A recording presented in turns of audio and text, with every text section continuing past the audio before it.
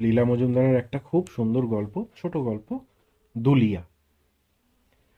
দইওয়ালাতে যখন গাড়ি দাঁড়ালো তখন ভোর হয়ে এসছে। সে কত ভোর, সচরাচর এমন দেখা যায় না। দূরে যেখানে আকাশেতে মাটিতে মিশে গেছে, সেখানে জলের রেখার মতন চিকচিকে একটা সাদা রেখা। খুব সকালে যারা ওঠে তারা ভিজে ঘুঁটে দিয়ে উনুন ধরাচ্ছে, স্যাঁতস্যাঁতে কাঠ জ্বালাচ্ছে। সে ধোঁয়া মাটিতে। দাঁড়া আগে ঠিক করে বসি।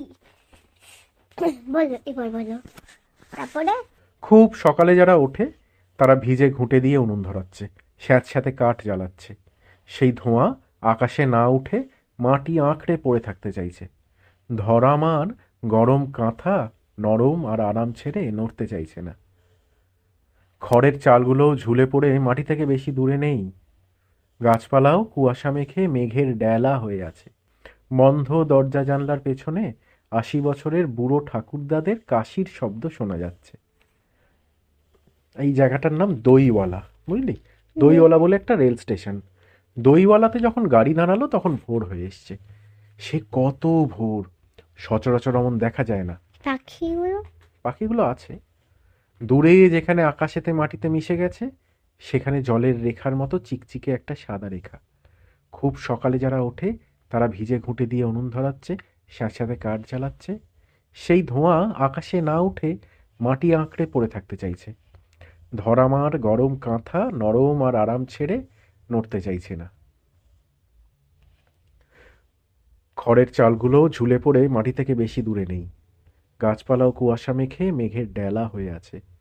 বন্ধ দরজা জানলার পেছনে ৮০ বছরের বুড়ো ঠাকুরদাদের কাশির শব্দ শোনা যাচ্ছে। এইরকম একটা সকালবেলা। সমস্ত আকাশ যেন মিহি সাদা মেঘের ওড়না জড়িয়েছে। তার মধ্যে দিয়ে নীল রংটি বড় কোমল হয়ে দেখা দিচ্ছে। চারদিক থেকে গরু মহিষের ডাক শোনা যাচ্ছে।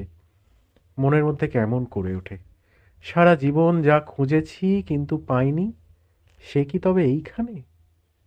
আপাদমস্তক রং বেরঙের তালি দিয়ে তৈরি করা মোটা কাঁথা জড়িয়ে, মাথার ওপর ৩টে ঝকঝকে পেতলের হাঁড়ি বসিয়ে একজন ৭০ বছরের বুড়ি গাড়িতে উঠল। এই যে মা, এই বুড়িটাকে দেখ, বুড়িমাটাকে। আপাতমস্তক রং বেরঙের তালি দেওয়া একটা মোটা কাঁথা জড়িয়ে, তার মাথার ওপর এই যে ৩টে হাঁড়ি, পেতলের ৩টে ঝকঝকে হাঁড়ি নিয়ে একজন ৭০ বছরের বুড়ি গাড়িতে উঠল। তার পেছন পেছন একপাল ছোট ছোট ছেলে মেয়েও পাহাড়ে নদীর মতো কলকল করতে করতে উঠে পড়ল। নিজের পাশে হাঁড়ি, তার মুখে বসানো মাঝারি হাঁড়ি, সবার ওপরে সবচেয়ে ছোট হাঁড়ি। ঘন দুধে ভরা হাঁড়ির মুখে এক মুঠো সোনালি খড় ভাসছে। ঘরময় কি একটা মিষ্টি গন্ধ, ফুলের গন্ধ, মহুয়ার গন্ধ, মধুর গন্ধ, সব ভালো ভালো গন্ধ পরম সুগন্ধ হয়ে ভুরভুর করতে লাগলো। ছেলেমেয়েগুলো বুড়ির হাঁটুর চারদিকে গোল হয়ে ঘিরে বসল। কেউ বা মাটিতে, কেউ বা বেঞ্চির কিনারে, কেউ হাঁটু গেড়ে, আবার কেউ রইল দাঁড়িয়ে। কালো চুলে তেল পড়েনি, চিরুনি পড়েনি। কালো চোখের চারধারে কাজলের কালোর বদলে একটু লালচে আভাস, যেন এইমাত্র চোখ রোগড়ে ঘুম থেকে উঠে বসেছে। হাত পাগুলো তাদের কেবলই নড়ে চড়ে, এই খোলে এই বন্ধ হয়। তারা সবাই মিলে বুড়ির কোলের ওপর ঝুঁকে পড়ে বলল, কার জন্য এত দুধ নিয়ে যাচ্ছ তুমি? আমাদের একটু দেবে না? বুড়ির কোটরে বসা চকচকে চোখের কোণায় বয়সের ইকরি বিক্রি দাগ পড়েছে। কতক দাঁত আছে, কতক নেই। বুড়ির মুখ হাসিতে ছলছলিয়ে উঠল। ওরে, ও দুধে নজর দিস নে, ও দুধ যে আমার দাদামশাই খাবে। বোঝ মা, তার নিজেরই বয়স ৭০ বছর, তার আবার দাদামশাই ওই দুধটা খাবে। ওরে, ওই দুধে নজর দিস নে, ওই দুধ যে আমার দাদামশাই খাবে। তারা বলল, তা কেন? অত দুধ তোমার দাদামশাই খাবে কেন? তা বুড়ি বলল, ও মা, তা খাবে না? যখন ছোট ছিলাম, দাদামশাইয়ের কাছে মা আমাকে জিম্মা করে দিয়ে কাজে যেত, আর আমি অমনি এই আতা গাছের মগডালে চড়ি, এই পুকুর পাড়ে দৌড় দিই। দাদামশাই হাঁচর পাচর করে পেছনে পেছনে ছোটে, এই আমাকে ধরে ফেলে বলে অমনি তার কানের কাছে মগ নিয়ে ছু বলে কানে তালা লাগিয়ে ছুট ছুট ছুট হাঁপিয়ে হদ্দ হয়ে যেত বুড়ো। হাত জোর করে বলতো, লক্ষ্মী দিদি তোর পায়ে পড়ি, একটুখানি স্থির হয়ে বস, আমি তোকে বাঁশি শোনাই। অমনি আমিও ভালো মানুষের মতো তার কোলে ঝাঁপিয়ে পড়তাম। তখন পিরানের ভেতর থেকে দাদামশাই বাঁশের বাঁশি বের করে তার গায়ে হাত বুলোতো, ধুতির খুঁট দিয়ে ঘষতো, মুছতো, তারপর মুখে তুলতো। অমনি বুড়োর কাশি থেমে যেত, হাঁপানি সেরে যেত। সে কি সুর রে! তোদের কাছে আর কি করে বলি। শুনতে শুনতে প্রাণটা আমার কানায় কানায় ভরে যেত। বাজাতে বাজাতে দাদামশাইয়ের গলা শুকিয়ে যেত। তার হাঁটুতে মাথা রেখে কখন যে ঘুমিয়ে পড়তাম টের পেতাম না। শুকনো গলাটা ভেজাবার জন্য তাই দুধ নিয়ে যাচ্ছি। তাই শুনে ছেলে মেয়েগুলো হাঁটু গেড়ে বসে পড়ে বললে, হাঁটু গেড়ে বসে বললো কেন?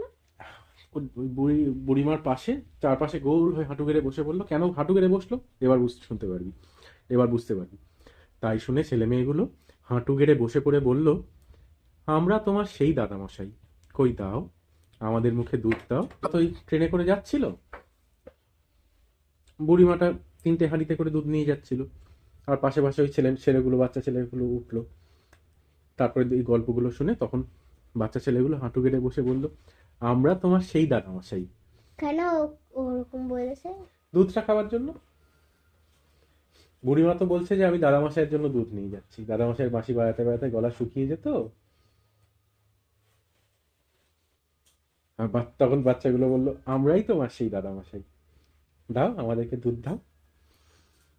বলে বুড়ির কোলে থুতনি রেখে ছোট্ট ছোট্ট হাঁ করলো বাচ্চাগুলো।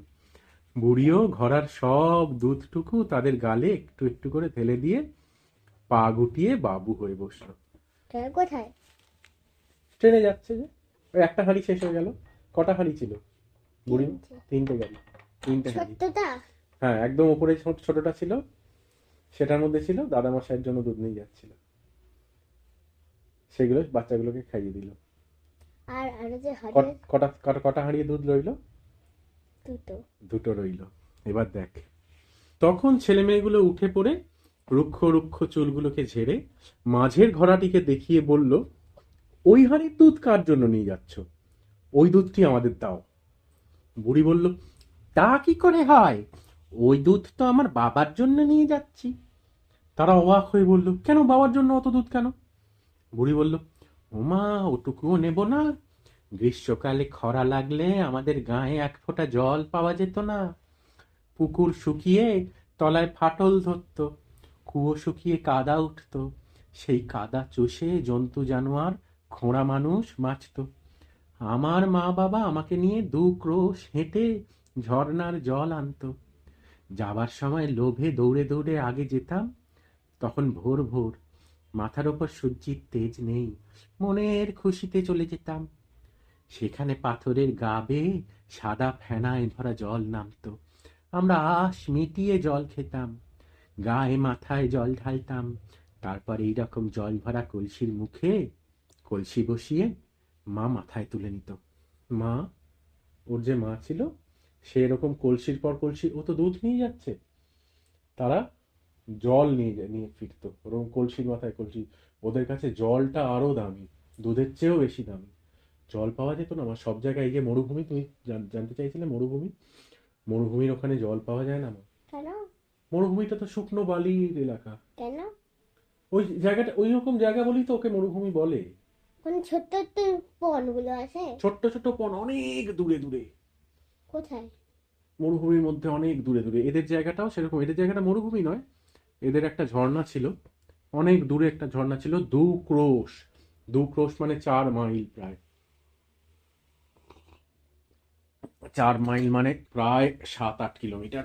তারপরে এইরকম জল ভরা কলসির মুখে কলসি বসিয়ে মা মাথায় তুলে নিত। বাবা ভিজে গামছা মাথায় চাপিয়ে মশক ভরে জল নিত। মশক মানে কি জানিস মা? চামড়ার ব্যাগ ভর্তি জল থাকতো পিঠে, সেই ব্যাগগুলোকে বলতো মশক। ফেরার পথে আমি গামছা মাথায় চাপিয়ে পড়তাম। ক্রমে মাথার ওপর সূর্যের তেজ বাড়ত, কোথাও ছায়া নেই, মেঘ নেই, চোখে অন্ধকার দেখতাম, হাঁটু মুড়ে পড়ে যেতাম। বাবা তখন ভিজে গামছা দিয়ে আমার চোখ মুখ মুছিয়ে আমার মাথায় গামছাটা জড়িয়ে দিয়ে আমাকে কাঁধে চাপিয়ে বাড়ি নিয়ে আসতো। শুনতে পেতাম হাঁপড়ের মতো বাবার বুক উঠছে পড়ছে, খ্যাস খ্যাস করে বাবার নিঃশ্বাস পড়ছে। তখন তো বাবাকে জল দিইনি, দুধ দিইনি, তাই আজ বাবার জন্য ঘড়া ভরা দুধ নিয়ে যাচ্ছি। তাই শুনে ছেলে মেয়েগুলো আবার হাঁটু গেড়ে বসে পড়ে। বুড়ির হাঁটুতে থুতনি রেখে বললে, আমরা তোমার সেই বাবা, দাও আমাদের মুখে দুধ দাও। মিছিমিছি। কেন মিছিমিছি বলছে জানিস মা? বুড়ির বয়সই 70 বছর। বুড়ির বাবা কি আর বেঁচে আছে? মরে গেছে তো। বুড়ির দাদা, দাদা মানে বাবার বাবা, দাদু, সে কি আর বেঁচে আছে? না, তাহলে বুড়ি কাদের জন্য দুধ নিয়ে যাচ্ছে? ওদের জন্যই। কি করে দুধটা নিয়ে যাচ্ছে মা? অনেকে এরকম দুধ নিয়ে যায় ঠাকুরের কাছে গিয়ে, ঠাকুরের মাথায় ঢেলে ভাবে যে এই যে ঠাকুরকে দিলাম, এটাই আমার বাবাকে খাওয়ানো হলো, আমার দাদাকে খাওয়ানো হলো না, বলে শিবের মাথায়, ঠাকুরের মাথায় এরকম দুধ ঢেলে দেয়। পুরো দুধটা এখন নষ্ট হয় মা। হয় না? ঠাকুরের মাথায় যেই দুধটা ঢালছে সেটা তো গড়িয়ে পড়ে যাচ্ছে, মাটিতে পড়ে যাচ্ছে, তারপর নর্দমা দিয়ে বেরিয়ে যাচ্ছে। সেটা কি কাউকে আর খাওয়ানো যায়? তার থেকে এই যে বাচ্চা বাচ্চা ছেলে মেয়েগুলো, তাদেরকে খাইয়ে দেওয়া ভালো নয়?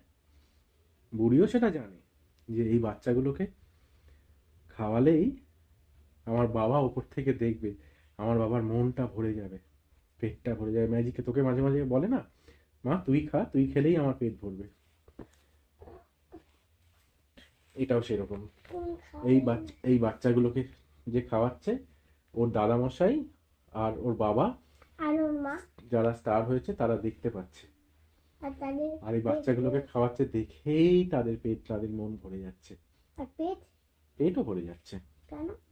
এইটা এরকমই হয় মা। এইবার শোন। তাই শুনে ছেলে মেয়েগুলো আবার হাঁটু গেড়ে বসে পড়ে। বুড়ির হাঁটুতে থুতনি রেখে বলে, আমরা তোমার সেই বাবা, দাও আমাদের মুখে দুধ দাও। এই বলে ছোট ছোট ছেলেমেয়েরা হাঁ করলো। বুড়ি তখন মাঝারি ঘড়া থেকে তাদের মুখে বেশি বেশি করে দুধ ঢেলে ঘড়া খালি করে নামিয়ে রেখে নড়ে চড়ে বসলো। তখন ছেলেমেয়েরা, এবার কোনটা বাকি রইলো? দুটো ঘড়া খালি, একটা বাকি রইলো, একদম নিচের সব থেকে বড় ঘড়াটা বাকি রইলো, ওটাতে ভর্তি দুধ। তখন ছেলেমেয়েরা সবার নিচে সবচেয়ে বড় ঘড়া দেখিয়ে বলল, ও দুধ তুমি কার জন্য নিয়ে যাচ্ছ? ও দুধ আমাদের দাও। বুড়ি বলল, তা কি করে?